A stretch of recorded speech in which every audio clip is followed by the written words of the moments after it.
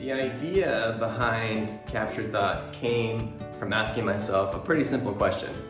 How can I truly know without a doubt whether or not my students are actually mastering the material that I'm trying to teach them?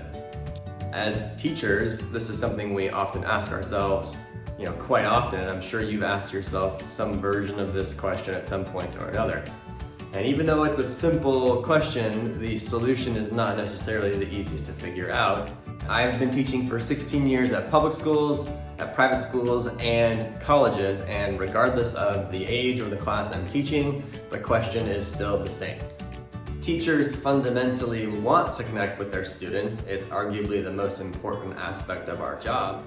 I often joke with my college students and tell them that, hey, teaching math really doesn't have anything to do with math. How can I expect my students to care about the quadratic formula if they don't think that I care about them as a human being? I looked around and realized that most students already carry a device that could help me answer this question. They just needed a supplemental tool to make it super easy for them to do so. Teachers use document cameras all the time in their classroom to help them teach, so I thought, why not design a document camera for students for them to use anytime they wanted to. I designed a foldable smartphone stand for students that lives inside a 3-ring binder.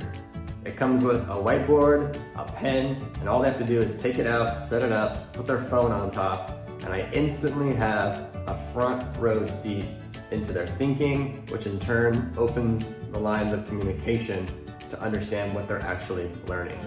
For this, and if you don't want to do the equation, you can use the table on your calculator. So -5 to the third. So recap, we used the chain rule first. We're on -3.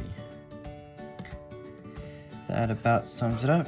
Chain rule, easy. Hope you're happy, Diorio. The idea of a student video for homework is not new. What is new and different about Capture Thought per se is that with regard to those other tools, it's a shot like this where you can see me and I can talk to you and we can have this conversation, and that's great. But I wanted the videos that kids were turning in to be more about the content. I don't care what shirt you're wearing. I don't care, if you're having a bad hair day. I want to know what you're thinking. It's just about the content, and that was intentional. So Drew and I have developed a rubric that allows us as teachers to be consistent with our feedback to them and allows the kids to expect the feedback in a certain way. And that's what this system kind of allows us to be able to do.